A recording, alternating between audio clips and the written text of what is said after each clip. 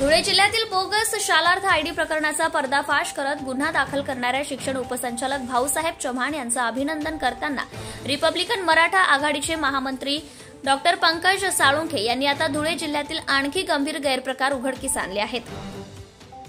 एका पत्रकार परिषदेमध्ये बोलताना डॉक्टर साळुंखे यांनी स्पष्ट आरोप केलाय की निवृत्त उपसंचालक नितीन उपासनी, शिक्षणाधिकारी प्रवीण आहिरे, नितीन बच्छाव व काही कर्मचारी यांच्या संगनमताने धुळे जिल्ह्यात शेकडो बोगस शालार्थ आयडी व बोगस शाळा मान्यतांचा प्रकार उघडकीस आलेला असून यामध्ये कोट्यवधी रुपयांचा भ्रष्टाचार झालेला आहे।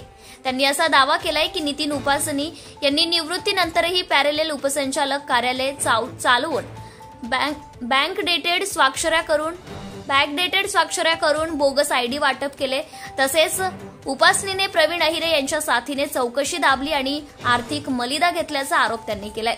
डॉक्टर साळुंखे यांनी पत्रकार परिषदेत सांगितले की उपासनी, बच्छाव, अहिरे, राजमोहन शर्मा आणि पंचभाई यांच्या विरुद्ध एसआयटी मार्फत सखोल चौकशी करण्यात यावी।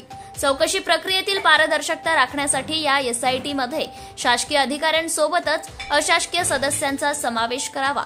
संपूर्ण प्रकरणात केवळ आर्थिक भ्रष्टाचारच नाही तर महिला कर्मचाऱ्यांवर लैंगिक पिळवणुकीचेही गंभीर आरोप करण्यात आले आहेत। सन 2020 ते 2025 दरम्यान मंजूर करण्यात आलेल्या सर्व शालार्थ आयडी आणि मान्यतांची चौकशी तातडीने करण्यात यावी अशी मागणी साळुंखे यांनी केली आहे। जर वेळेत कारवाई झाली नाही तर उपविभागीय जनआंदोलन करण्याचा इशारा देखील त्यांनी यावेळी दिलाय।